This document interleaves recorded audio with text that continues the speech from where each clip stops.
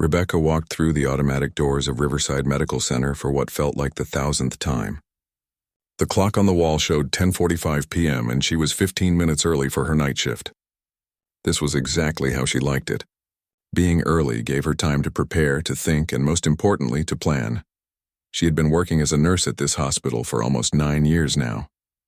9 years of dealing with sick patients, worried families, and endless paperwork. 9 years of watching doctors get all the credit while nurses like her did most of the real work. 9 years of living paycheck to paycheck while the hospital made millions. But Rebecca had found a way to change that. She smiled and waved at the security guard as she walked past.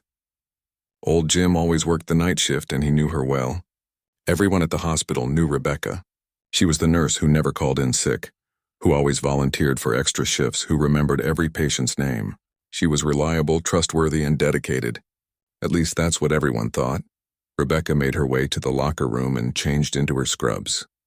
The pale blue uniform made her look professional and caring. She checked herself in the mirror, making sure everything was perfect. Her hair was pulled back neatly, her badge was straight, and her smile looked genuine. She had practiced that smile for years. The night shift was different from the day shift. There were fewer people around, less supervision, and more opportunities. Rebecca had learned this early in her career, but it took her several years to figure out how to use it to her advantage. She walked to the nurse's station and picked up her assignment for the night. 12 patients across 2 floors. It was a typical load, nothing she couldn't handle. She had done this routine so many times that she could do it with her eyes closed. But tonight wasn't just about taking care of patients. Tonight, like many nights before, Rebecca had other plans. She started her rounds at 11 p.m. sharp. Room 201 first. Mrs. Chen was recovering from surgery and needed pain medication every 4 hours. Rebecca checked the chart, then went to the medication room. This was where the magic happened. The medication room was supposed to be secure. Only authorized nurses could enter, and everything was supposed to be tracked and recorded. But Rebecca had learned the system's weaknesses. She knew exactly when the cameras weren't watching, when the other nurses were busy, and when she could make her move. She pulled out the pain medication for Mrs. Chen, 2 pills, just like the chart said. But Rebecca took 3 pills from the bottle. She recorded giving Mrs. Chen 2 pills, but she only actually gave her 1. The 3rd pill went into Rebecca's pocket. It was that simple. Mrs. Chen was elderly and confused from the surgery. She wouldn't know the difference between 1 pill and 2, and even if she complained about pain later, Rebecca could always say that some people just respond differently to medication. This was Rebecca's system. She had perfected it over 2 years. She would take medications that were supposed to go to patients and keep them for herself. Then she would sell them to people who needed them, but couldn't afford to go to the doctor. It wasn't like she was hurting anyone, she told herself. The patient still got some medication, and the people who bought from her really needed the pills. She was just helping people while making a little extra money for herself. Room 203 was next. Mr. Rodriguez was dealing with chronic back pain. His chart called for strong pain medication, the kind that was worth a lot of money on the street. Rebecca went through the same routine. Take 3 pills, give 1 to the patient, record giving 2, keep 1 for herself. The beauty of the night shift was that there was usually only 1 nurse per floor. Rebecca could take her time, be careful, and make sure no one saw what she was doing. The other nurses were busy with their own patients, and the doctors rarely came around unless there was an emergency. Rebecca had started small 2 years ago. Just a pill here and there when she really needed money. Her rent had gone up, her car had broken down, and her credit cards were maxed out. She was desperate, and the opportunity was right there in front of her. The first time she took a pill, her hands shook so badly she could barely hold it. She was sure someone would notice, that alarms would go off, that she would be caught immediately, but nothing happened. The patient didn't notice, the cameras didn't catch anything, and no one questioned her records. So she tried it again the next week, and then again. Before she knew it, it had become routine. Now Rebecca made an extra $1,500 a month from selling medications. It wasn't enough to make her rich, but it was enough to pay her bills and have a little left over. She had moved to a nicer apartment, bought some new clothes, and even taken a vacation last year. The best part was that no one suspected anything. Rebecca had built such a good reputation at the hospital that no one would ever think she was capable of something like this. She was the model employee, the nurse everyone trusted. She finished her rounds at 3 a.m. and returned to the nurse's station. Her pockets were heavier now, filled with pills that were worth more than most people made in a day. She would sell them tomorrow to her regular customers. People who worked construction jobs and couldn't afford to miss work when they got hurt. People whose insurance didn't cover the medication they needed. People who were just like her, struggling to get by.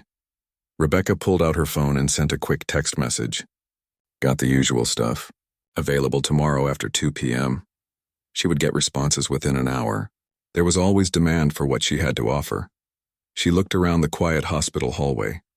Everything was peaceful. The patients were sleeping, the other nurses were busy, and Rebecca was safe in her routine. She had been doing this for 2 years without anyone suspecting anything. She had it all figured out. As she sat at the nurse's station filling out paperwork, Rebecca allowed herself to feel proud of what she had accomplished. She had found a way to beat the system that had been beating her down for years. She was finally getting what she deserved. Little did she know that tomorrow night everything would change. A new patient would arrive on her floor, and with that patient would come someone who would see through her perfect system, someone who would watch her every move and notice things that no one else had ever noticed. But for now, Rebecca felt safe. She felt smart. She felt like she had finally found the perfect crime. She had no idea how wrong she was. The ambulance arrived at Riverside Medical Center at 11:30 p.m. on a Tuesday night. The paramedics rushed through the emergency doors carrying a small girl who was struggling to breathe. Her father ran alongside the stretcher, his face filled with panic and fear. 10-year-old Lisa had been having trouble breathing all day. What started as a mild cough that morning had gotten worse and worse until she could barely speak. Her father, David, had tried everything he could think of at home, but nothing worked. When Lisa started turning blue around her lips, he knew he had to get her to the hospital immediately. David Rodriguez worked construction during the day, but his real background was in security. He had spent 8 years working for a private security company before switching to construction to have more regular hours and be home with Lisa more often. His wife had passed away 3 years ago, and Lisa was everything to him now. The doctors in the emergency room quickly diagnosed Lisa with a severe asthma attack. They gave her breathing treatments and medication to open up her airways, but she was still having trouble. The doctors decided she needed to stay in the hospital for a few days so they could monitor her closely and make sure she was getting better. At 1 a.m., they moved Lisa to a room on the pediatric floor. David carried her stuffed elephant and followed the nurses as they wheeled his daughter's bed down the hallway. The hospital was much quieter at night, with dim lights and soft sounds coming from the various rooms. Lisa's room was small but comfortable. There was a bed for her and a chair that folded out into a small bed for David. The nurses assured him that he could stay with Lisa as long as he wanted. There was no way David was going anywhere. He had already called his boss and taken time off work. Lisa was his priority, and nothing else mattered. The night nurse introduced herself as Rebecca. She seemed nice enough, professional and caring. She explained Lisa's medication schedule and what to expect over the next few days. Lisa would need breathing treatments every few hours, along with other medications to help her lungs heal. David thanked Rebecca and settled into the chair next to Lisa's bed. His daughter was finally breathing easier, but she was exhausted from the scary experience. She fell asleep quickly, still holding her stuffed elephant tightly. But David couldn't sleep. Part of it was worry about Lisa, but part of it was just habit. His years in security had trained him to be alert and observant, especially in new environments. Even though he wasn't working security anymore, those instincts never really went away. At 3 a.m., Rebecca came back to give Lisa her next round of medication. David watched as she checked the chart and then left to get the medicine from another room. This was normal, he figured. Nurses had to get medications from a central location for safety reasons. Rebecca returned with a small cup containing pills and liquid medicine. She gave Lisa the liquid first, which was supposed to help with her breathing. Then she gave her 2 small white pills for pain and inflammation. Lisa took everything without complaint and went back to sleep. But something bothered David. He couldn't put his finger on it at first. Rebecca had done everything correctly, been professional and kind. But his security training had taught him to notice details, and something felt off. It was the way Rebecca had handled the pills. David had watched her take 3 pills out of a small container, but she had only given Lisa 2. He saw her put the third pill in her pocket. At the time, he thought maybe it was an extra pill that she was returning to the medication room, but then he started thinking about it more. Why would she take 3 pills if Lisa only needed 2? And why put the extra pill in her pocket instead of back in the container? David tried to convince himself that he was overthinking things. He was stressed about Lisa, tired from the long day and probably seeing things that weren't there. Rebecca seemed like a good nurse and the hospital had a good reputation. There had to be a logical explanation. At 7 a.m., the day shift nurses arrived and Rebecca's shift ended. A new nurse named Jennifer took over Lisa's care. She was younger than Rebecca but seemed just as professional. She checked on Lisa, gave her morning medications, and explained what would happen during the day. David noticed that Jennifer handled the medications differently than Rebecca had. She took exactly the number of pills that Lisa needed, gave them all to Lisa, and didn't put anything in her pocket. This made David think more about what he had seen during the night. Lisa was feeling much better in the morning. The medications were working and she could breathe normally again. The doctor said she would probably need to stay one more night, just to make sure she was completely stable before going home. David was relieved that Lisa was improving, but he couldn't stop thinking about Rebecca and the pills. His security background had taught him to trust his instincts, and his instincts were telling him that something wasn't right. That evening, Rebecca returned for her night shift. David was friendly and polite, but he was also watching carefully. He wanted to see if what happened the night before would happen again. At 11 p.m., Rebecca came to give Lisa her evening medications. David pretended to be reading a magazine, but he was actually watching Rebecca's every move. Just like the night before, she left the room to get the medications from the medication room. When she returned, David watched as she prepared Lisa's medicines. Once again, she took 3 pills from the container but only gave Lisa 2. The third pill went into her pocket just like before. This time, David was sure of what he was seeing. Rebecca was taking medications that were supposed to go to Lisa. But why? And what was she doing with them? David's mind started racing. If Rebecca was taking Lisa's medication, that meant Lisa wasn't getting the full dose she was supposed to get. That could affect her recovery. It could even be dangerous, but it wasn't just about Lisa. If Rebecca was doing this with his daughter's medication, she was probably doing it with other patients too. How many people were not getting the medicine they needed because Rebecca was taking it for herself? David knew he had to do something, but he also knew he had to be careful. He couldn't just accuse Rebecca without proof. She seemed well respected at the hospital, and David was just a worried father. Who would believe him? He decided to start documenting what he was seeing. David pulled out his phone and started taking notes about times, medications, and Rebecca's behavior. He couldn't take pictures or videos without being obvious, but he could write down everything he observed. Over the next few hours, David watched Rebecca make several more trips to patients' rooms. He couldn't see exactly what she was doing in the other rooms, but he noticed patterns in her behavior. She would spend more time in the medication room than seemed necessary. She would check the hallways before and after entering certain rooms, and she always seemed to have her hands in her pockets after visiting patients. David also started paying attention to other details. He noticed that Lisa's pain medication didn't seem to be working as well as it should. She was still uncomfortable and restless even after taking the pills. When David mentioned this to Rebecca, she said that some patients just responded differently to medication and that Lisa's dose might need to be adjusted. But David wasn't buying it. He knew that Lisa wasn't getting her full dose because he had seen Rebecca take some of it. As the night went on, David became more and more convinced that Rebecca was stealing medications from patients. But he also realized that catching her and proving it would be much harder than just noticing it. David was a construction worker now, but his security background had taught him how to investigate problems and gather evidence. He knew that if he was going to expose Rebecca, he would need more than just his word against hers. He would need to be patient, careful, and thorough. He would need to gather enough evidence that no one could ignore or dismiss. And most importantly, he would need to make sure that Lisa and other patients were protected from Rebecca's actions. As David sat in the dark hospital room, watching his daughter sleep and planning his next moves, he had no idea that he was about to uncover one of the biggest medication theft schemes in the hospital's history. Rebecca thought she was safe, that her system was perfect, and that no one would ever catch her.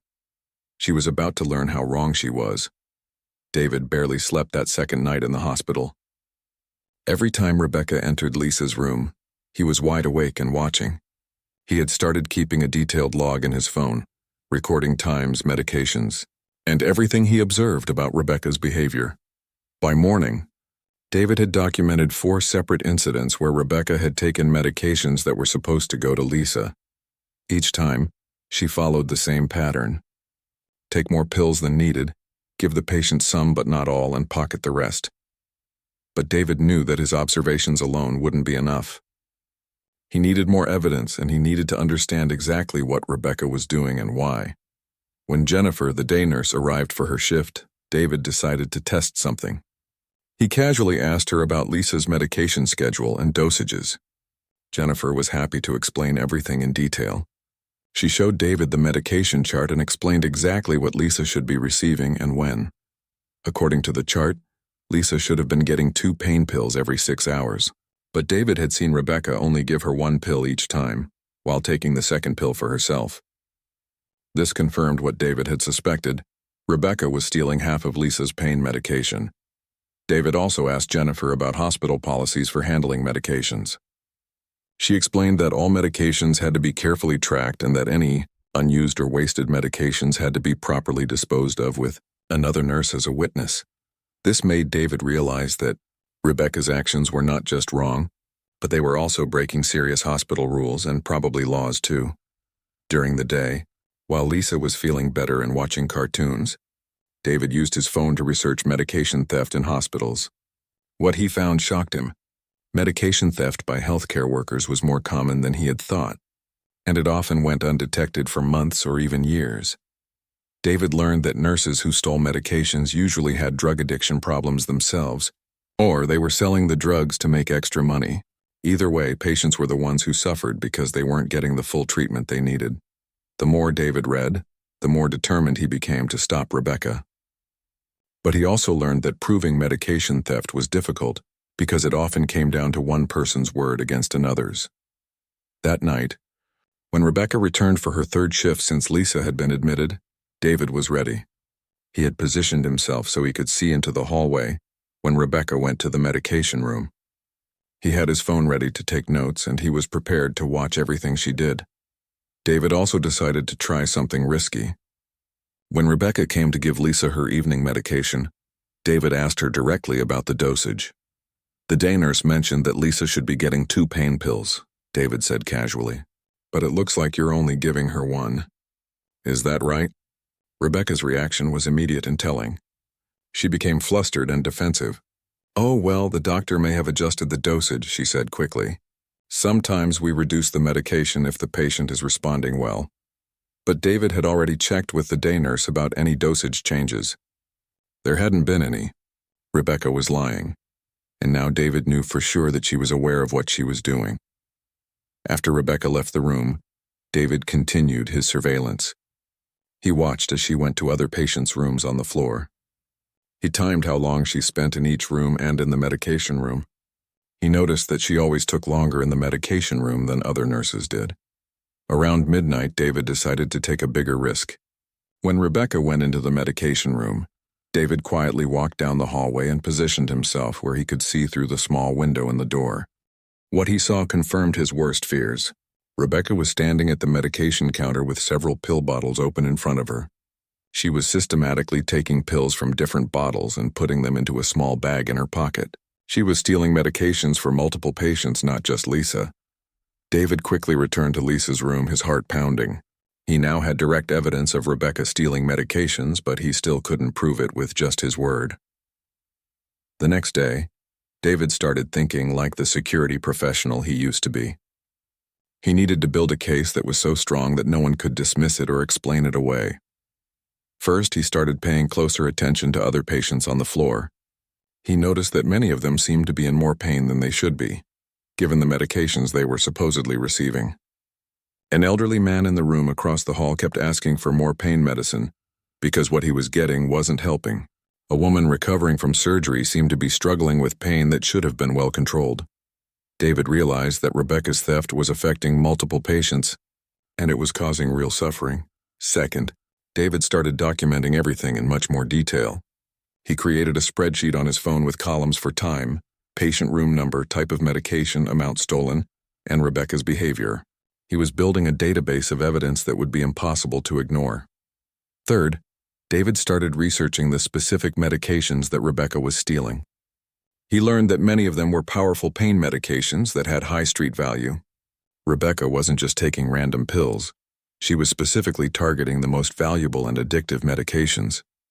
By the fourth night, David had documented over a dozen incidents of Rebecca stealing medications from at least 6 different patients.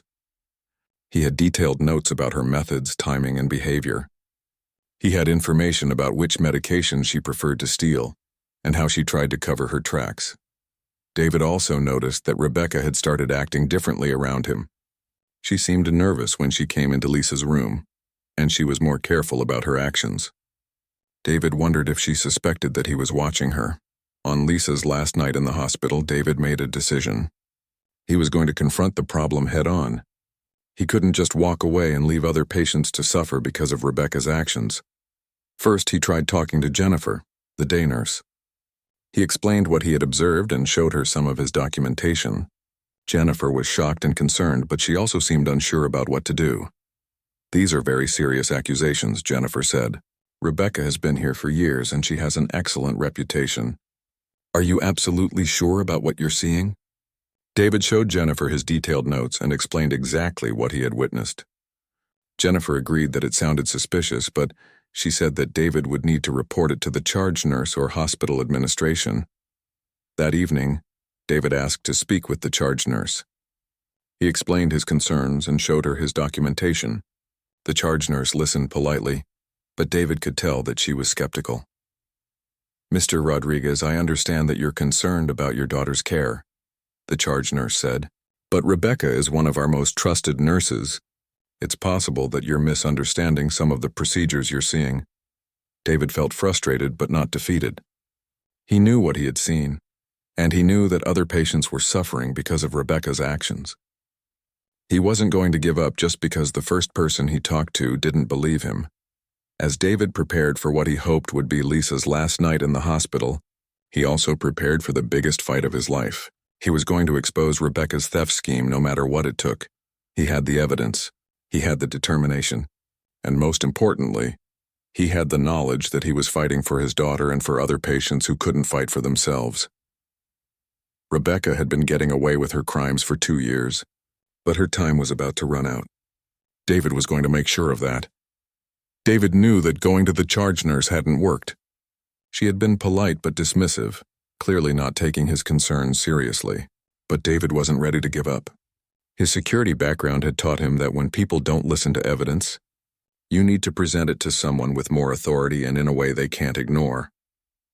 The next morning, David asked to speak with the hospital administrator.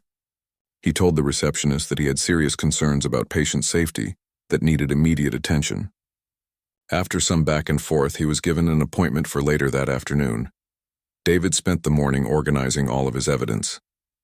He printed out his detailed logs, created a timeline of events, and prepared a clear presentation of everything he had witnessed. He also researched Rebecca's background and learned that she had access to medications for dozens of patients each night. When David met with Dr. Patricia Wells, the hospital administrator, he came prepared. Dr. Wells was a serious woman in her 50s who had been running hospitals for over 20 years. She had seen all kinds of problems and complaints, but she could tell immediately that David was different from the typical upset family member. "Mr. Rodriguez, I understand you have concerns about one of our nurses," Dr. Wells said as they sat down in her office. David opened his folder and pulled out his documentation. "Dr. Wells, I have reason to believe that Rebecca Martinez, a night nurse on the pediatric floor, has been systematically stealing medications from patients for at least the past week, and probably much longer." Dr. Wells's expression became very serious. Medication theft was one of the most serious problems a hospital could face. It put patients at risk, violated federal drug laws, and could result in the hospital losing its license to operate. David walked Dr. Wells through his evidence step by step. He showed her the detailed logs he had kept, explained the patterns he had observed, and described Rebecca's behavior in specific situations.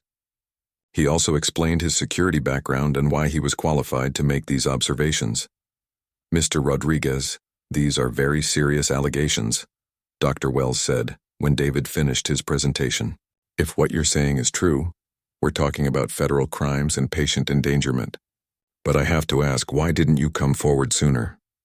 David explained how he had tried to report his concerns to the charge nurse first, and how his concerns had been dismissed. He also explained that he had wanted to gather enough evidence to make sure his allegations couldn't be ignored or explained away. Dr. Wells was impressed by David's thoroughness and professionalism. She could see that he wasn't just an angry parent making wild accusations. He had approached the situation methodically and had gathered substantial evidence. "Mr. Rodriguez, I want you to know that we take these allegations very seriously," Dr. Wells said. "I'm going to launch an immediate investigation, but I need to ask you not to confront Rebecca directly or to discuss this with anyone else while we're investigating." David agreed, but he also made one request. "Dr. Wells, I want to make sure that other patients are protected while you're investigating. If Rebecca is stealing medications, people are suffering because they're not getting the pain relief they need."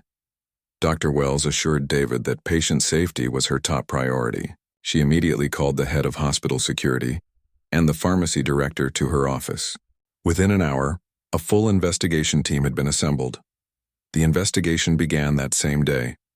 Security cameras were reviewed, medication logs were audited, and Rebecca's access records were examined. The team also began discreetly observing Rebecca during her shifts, but Rebecca was smart and experienced.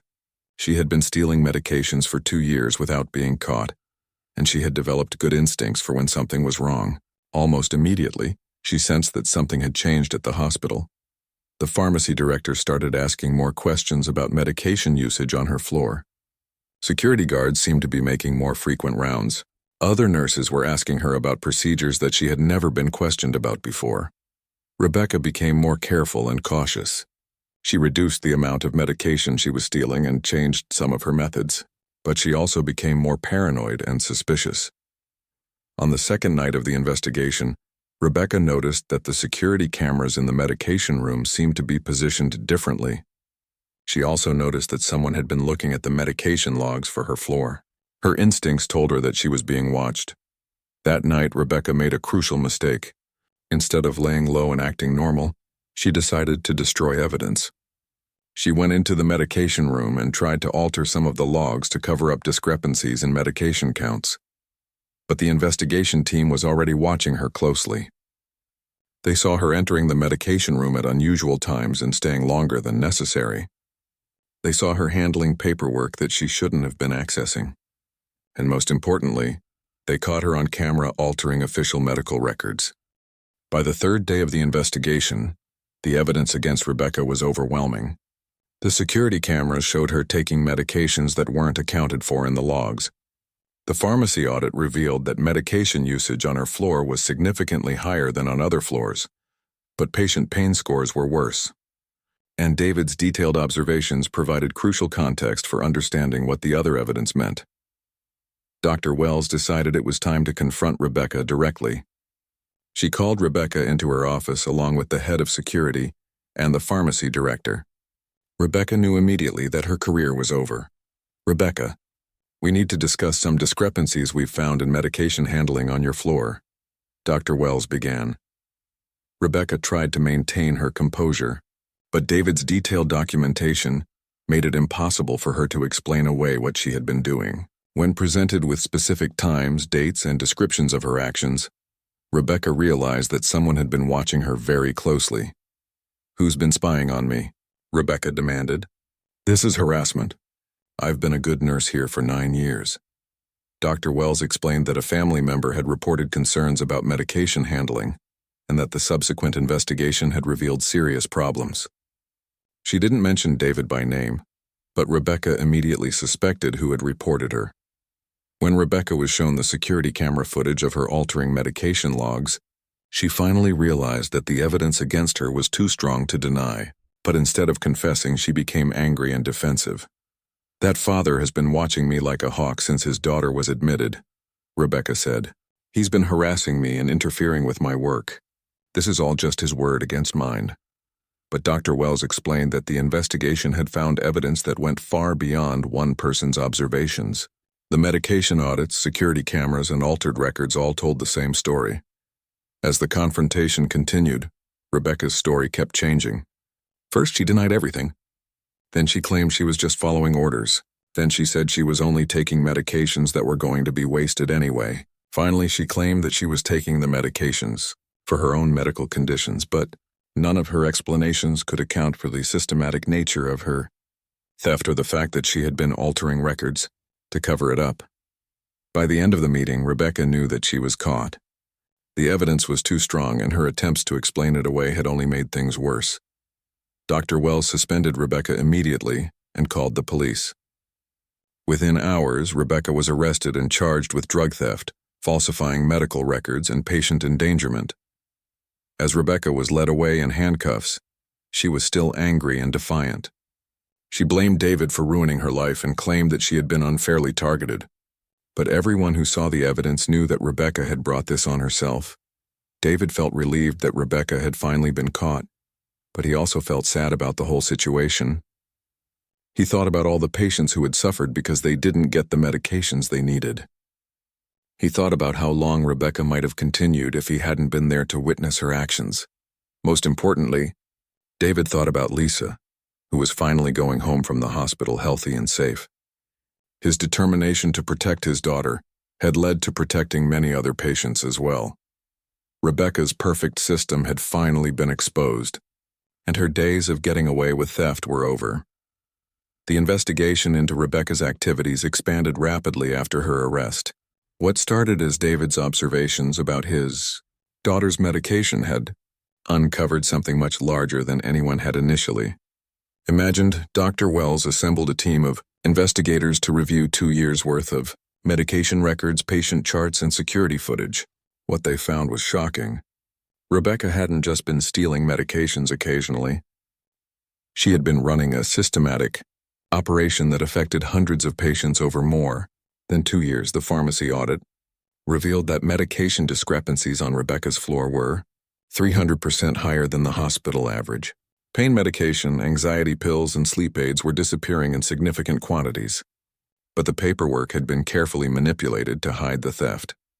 David was asked to come back to the hospital to provide a detailed statement about everything he had witnessed. As he sat in Dr. Wells' office, he learned the full scope of what Rebecca had been doing. "Mr. Rodriguez, based on your observations and our investigation, we believe Rebecca stole over $75,000 worth of medications during her time here," Dr. Wells explained. "She was selling them outside the hospital to people who couldn't afford prescriptions or who were dealing with addiction issues." David was stunned by the scale of the operation. He had known Rebecca was stealing pills, but he had no idea it was such a large and organized scheme. The investigation also revealed that Rebecca had been very careful about which patients she targeted. She focused on elderly patients who might not notice if their pain medication wasn't as effective, patients who were unconscious or sedated, and patients like Lisa who were too young to understand what was happening. Most heartbreaking for David was learning about the real impact on patients. The investigation team found dozens of cases where patients had suffered unnecessary pain because they weren't receiving their full medication doses. Some surgeries had more complications because patients weren't getting adequate pain control. Some elderly patients had been written off as difficult or drug-seeking when they complained that their medications weren't working. Rebecca's theft had caused real suffering for real people, and David felt both angry and sad about all the patients who had been affected. The legal case against Rebecca moved quickly. The evidence was overwhelming, and Rebecca's lawyer advised her to accept a plea agreement rather than go to trial. The charges included theft of controlled substances, falsifying medical records, patient endangerment, and drug trafficking. David was called to testify before the grand jury that was considering the charges. He presented his detailed logs and explained how he had uncovered Rebecca's scheme. The grand jury was impressed by his thoroughness and dedication, and they had no trouble deciding to proceed with the prosecution. 3 months after Rebecca's arrest, she appeared in court to accept her plea agreement. David attended the hearing, along with several other family members of patients who had been affected by Rebecca's actions. The judge was clearly angry about what Rebecca had done. "Ms. Martinez, you violated the trust that patients and their families placed in you," the judge said. "You took advantage of people when they were most vulnerable, and you caused suffering for your own financial gain." Rebecca was sentenced to 4 years in prison, followed by 3 years of probation. She was also ordered to pay $75,000 in restitution to the hospital and to permanently surrender her nursing license. She would never be allowed to work in healthcare again. But the story didn't end with Rebecca's sentencing. Dr. Wells was determined to make sure that nothing like this could happen again at Riverside Medical Center. The hospital implemented new security measures for medication handling. All medication rooms were equipped with better cameras and access controls. A new computer system was installed that tracked every pill from the pharmacy to the patient, making it much harder to steal medications without being detected. The hospital also created a new position for a medication security officer who would regularly audit medication usage and investigate any discrepancies. They established a confidential reporting system for anyone who suspected medication theft or other safety issues. Most importantly, the hospital changed its culture around reporting concerns. Dr. Wells made it clear that anyone who reported safety issues would be taken seriously and protected from retaliation. David was recognized by the hospital for his role in uncovering Rebecca's crimes. Dr. Wells presented him with an award for patient advocacy and asked him to speak at a hospital staff meeting about the importance of vigilance and reporting concerns. "I'm not a medical professional," David told the assembled doctors and nurses. "I'm just a father who was trying to protect his daughter. But I learned that sometimes outsiders can see things that insiders miss. If you see something that doesn't seem right, don't assume that someone else will handle it. Speak up." The hospital also used David's case as an example in training programs for staff. They taught nurses and doctors about the warning signs of medication theft and encouraged them to report any suspicious behavior they observed. 6 months after Rebecca's arrest, David received a letter from Dr. Wells with an update on the changes at the hospital. Medication theft incidents had dropped to 0. Patient satisfaction scores had improved significantly, and staff reported feeling more confident about patient safety. The letter also included a note from the pharmacy director. "Mr. Rodriguez, I wanted you to know that several patients have specifically mentioned how much better their pain control has been since we implemented the new medication security measures. Your actions have directly improved the care that our patients receive." David kept that letter in a special place. It reminded him that sometimes ordinary people can make extraordinary differences when they refuse to look the other way. Lisa made a full recovery from her asthma attack and rarely needed to use her inhaler anymore. But David never forgot the lessons he learned during those 4 days in the hospital. He taught Lisa about the importance of standing up for what's right, even when it's difficult or scary. A year later, David received a call from a lawyer representing other families whose loved ones had been affected by Rebecca's theft. They were filing a civil lawsuit against Rebecca to recover damages for the pain and suffering she had caused. David joined the lawsuit, not because he needed money, but because he wanted to make sure Rebecca was held fully accountable for her actions.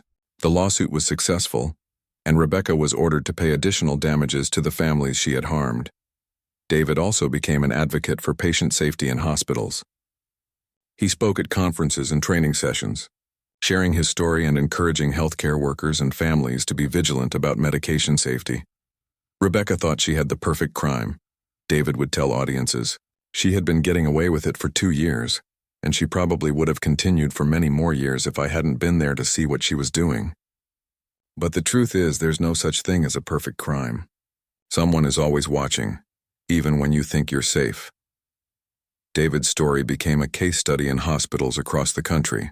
It showed how one determined person with good instincts and careful observation could uncover serious problems that had gone undetected for years.